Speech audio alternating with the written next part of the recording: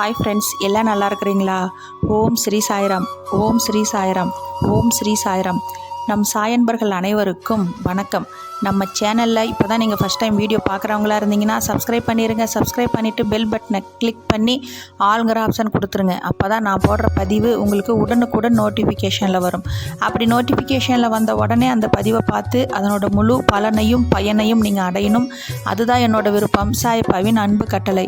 Okay friends, இன்று பிறந்திருக்கும் அனைத்து மழலை செல்வங்களும் 100 ஆண்டுகள் வாழ வேண்டும் என்றும் சாய்பாவின் பரிபூர்ண அருளும் ஆசீர்வாதமும் கிடைக்கும் என்றும், இன்று திருமண நாள் கொண்டாடும் அனைத்து திருமண தம்பதிகளுக்கும் சாய்பாவின் பரிபூர்ண அருளும் ஆசீர்வாதமும் கிடைக்கும் என்றும், இன்று பிறந்தநாள் கொண்டாடும் குழந்தைகள் முதல் பெரியவர்கள் வரை அனைவருக்கும் சாய்பாவின் பரிபூர்ண அருளும் ஆசீர்வாதமும் கிடைக்கும் என்றும் உங்களுக்கு என்னுடைய இனிய திருமண நாள் நல்வாழ்த்துக்களையும் இனிய பிறந்தநாள் நல்வாழ்த்துக்களையும் தெரிவிச்சுக்கிறேன். இன்றைக்கி நீங்கள் எவ்வளோ சந்தோஷமாக இருக்கிறீங்களோ அதே போல் தான் என்றும் இருக்கணும், இனி இருப்பீங்க. அப்படி தான் இனி உங்களை சாய்பா வச்சுருப்பார்.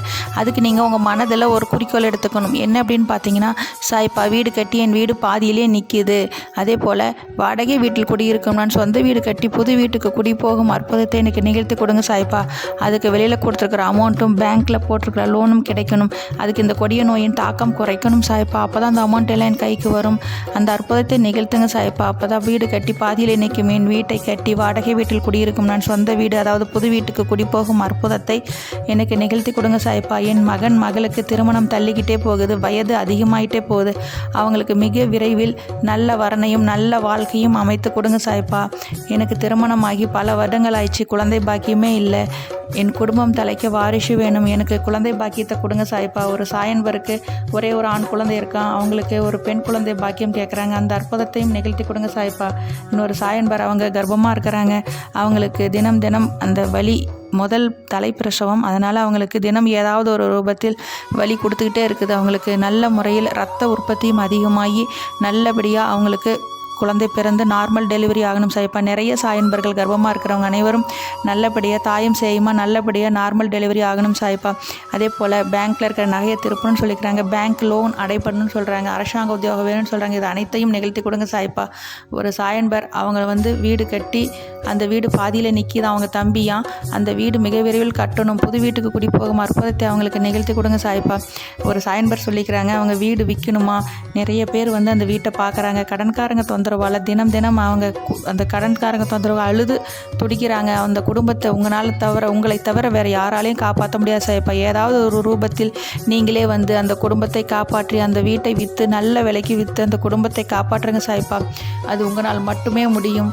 இனி அனைத்தும் வெற்றியே. இன்றைக்கி நம்ம பார்க்க போகிற பதிவு ரொம்ப முக்கியமான பதிவு.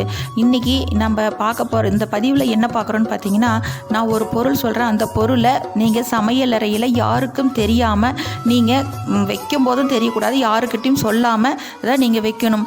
அது யாரு கண்ணுக்கும் தெரியக்கூடாது. ஏன்னு பார்க்கும்போது நம்ம இவ்வளோ கஷ்டப்பட்டுருக்கோம் இல்லைங்களா, அந்த பொருளை அப்படி வைத்தா தான் அதனோட பலன் பல மடங்கு அதிகரிக்கும். அந்த பொருளை எப்போ வைக்கணும், நேரம் என்ன அப்படின்னு பார்த்தா, இன்றைக்கி மிகவும் அற்புதமான நாள், ஆடி செவ்வாய்க்கிழமை.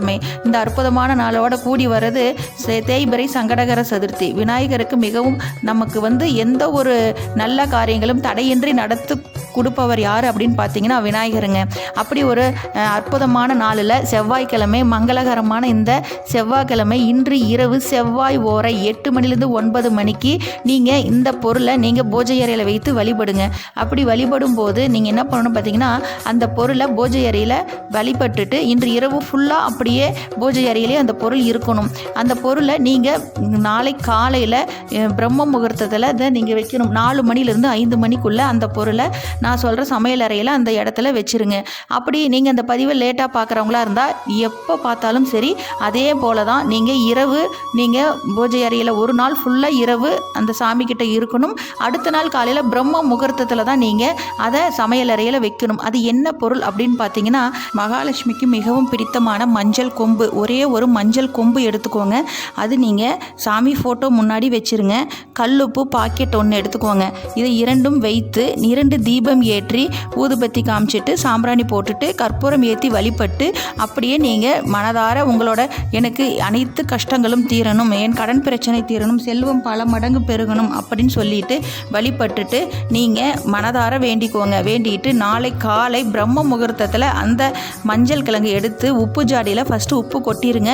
சமையல் அறையில் இது வைக்கும் போதும் சரி, வழிபடும் போதும் யாருக்கிட்டையும் சொல்லவும் கூடாது. நீங்கள் அந்த மஞ்சள் கிழங்கை உப்பு ஜாடியில் வைக்கும் போதும் யாருக்கிட்டையும் காட்டாமல் தான் செய்யணும். அதை நீங்கள் உப்பு ஜாடியில் ஃபஸ்ட்டு உப்பு கொட்டிடுங்க. கொட்டிய பிறகு அந்த பூஜை அறையில் வைத்த உப்பு தான் ஃபஸ்ட்டு கொட்டணும். கொட்டிட்டு அது மேலே அந்த மஞ்சள் கிழங்கு இருக்கு இல்லைங்களா, அதை போட்டு மேலே வச்சுட்டு, எனக்கு செல்வம் பல மடங்கு பெருகணும், என்னங்கிட்ட இருக்கிற கடன் மிக விரைவில் அடைபடணும் அப்படின்னு நினைத்து தான் நீங்கள் வைக்கணும். என் கடன் முற்றிலும் ஒழியணும், எனக்கு மகாலட்சுமியின் பரிபூர்ண அருள் கிடைக்கணும்னு நினச்சிட்டு உப்பு கொட்டி, உப்பு ஜாடி ஃபுல்லாக நீங்கள் உப்பு நிறைய கொட்டி வச்சிடணுங்க. அதில் இருக்கிற உப்பு தான் நீங்கள் சமையல் அறையில் என்றென்றும் எடுத்து பயன்படுத்தணும். உப்பு ஜாடியை சுத்தமாக தொடச்சி வைக்கக்கூடாது. உப்பு கொட்டுறத நாள் என்னைக்கு அப்படின்னு பார்த்தீங்கன்னா, எப்போ கொட்டி வைத்தாலும் சரிங்க, நீங்கள் அதில் உப்பை கொட்டும்போது செவ்வாய்க்கிழமை அப்புறம் வெள்ளிக்கிழமை சுக்கிர ஓரையில் உப்பு வாங்கிட்டு கொட்டி வச்சிங்கன்னா ரொம்பவும் பலன் அதிகமாக இருக்கும். சுக்கிர பகவானுக்கு நீங்கள் உப்பு வாங்கி வழிபட்டு அதை சுக்கிர ஓரையில் நீங்கள் செய்யும்போது உங்களுக்கு பலன் பல மடங்கு அதிகரிக்கும். அதே போல் வெள்ளிக்கிழமையில் ஒரு பாக்கெட் உப்பு வாங்கிட்டு பூஜை அறையில் வைத்து வழிபட்டு உப்பு ஜாடியில் கொட்டி வைங்க. இந்த மஞ்சள் மேலே தெரிகிற அளவுக்கு நீங்கள் என்றைக்குமே உப்பு ஜாடியை குறையாமல் உப்பு வச்சுக்கணும். இப்படி செய்யும்போது உங்களுக்கு உங்களோட கஷ்டங்கள் அனைத்தும் தீர்ந்து உங்கள் கஷ்டங்கள் அனைத்தும் பொடி பொடியாக ஆகிரும். கவலையே விடுங்க. எப்போவுமே நம்ம வீட்டில் சண்டை வராமல் இருக்கணும். சத்தம் அதிகமாக பேசாமல் இருந்தாலே மகாலட்சுமி தாய் நம்ம வீட்டில் நிரந்தரமாக தங்கிடுவாங்க. காலை மாலை 2 வேளையும் தீபம் ஏற்றி ஊதுபத்தி சாம்பிராணி காமித்த பிறகு நீங்கள் கற்பூர ஆராத்தி எடுத்து வழிபடுங்க. இப்படி செய்யும்போது உங்களோட கஷ்டங்கள் அனைத்தும் முற்றிலும் விலகிருங்க. வீட்டில் இருக்கிற எதிர்மறை எண்ணங்கள், தீய சக்தி அனைத்தும் வீட்டை விட்டு வெளியில் போயிடும். ஏன்னு பார்த்தா நம்ம வீட்டில் நறுமணம் வீசும்போது மகாலட்சுமி தாய் தான் நிறந்திருப்பாங்க. கவலை விடுங்க, தைரியமாக இருங்க. எப்போவுமே ஒரு சில விஷயங்களை நாம் இது போல் கரெக்டாக கடைபிடிக்கும் போது அதனோட பலன் அதிகரிக்கும். இந்த பதிவை முழுவதுமாக கேட்டிருப்பீங்கன்னு நினைக்கிறேன். கேட்டிருக்கிறவங்க எல்லாரும் ஒன்றா சேர்ந்து கூட்டு பிரார்த்தனையாக தியானம் செய்யலாம். ஓம் ஸ்ரீ சாய்ராம், ஓம் ஸ்ரீ சாய்ராம், ஓம் ஸ்ரீ சாய்.